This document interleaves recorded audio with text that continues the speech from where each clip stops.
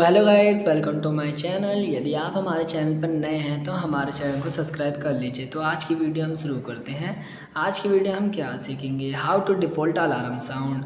हम अपने डिवाइस का जो अलार्म साउंड है उसे कैसे डिफ़ॉल्ट कर सकते हैं। दोस्तों, ज़्यादा मुश्किल नहीं है, आपको अपने मोबाइल की सेटिंग पर क्लिक करना है। क्लिक करने के बाद आपको ऊपर की तरफ स्लाइड करना है। आपको एक ऑप्शन दिखाई दे रहा होगा साउंड एंड वाइब्रेशन, उस पर क्लिक करें।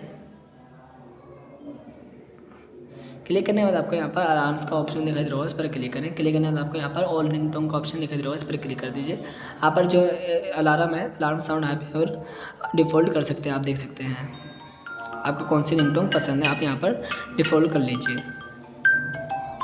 आप देख सकते हैं। आई थिंक हमारी वीडियो आपको पसंद आई होगी, तो हमारी वीडियो को लाइक कीजिए, कमेंट कीजिए, अपने दोस्तों के साथ हमारी वीडियो शेयर कीजिए एंड हमारे चैनल को सब्सक्राइब कीजिए। बेल आइकन को दबाना ना भूलें। हम आपको नई वीडियो साथ मिलेंगे। हमारी वीडियो देखने के लिए थैंक यू गाइस। तब तक के लिए बाय बाय।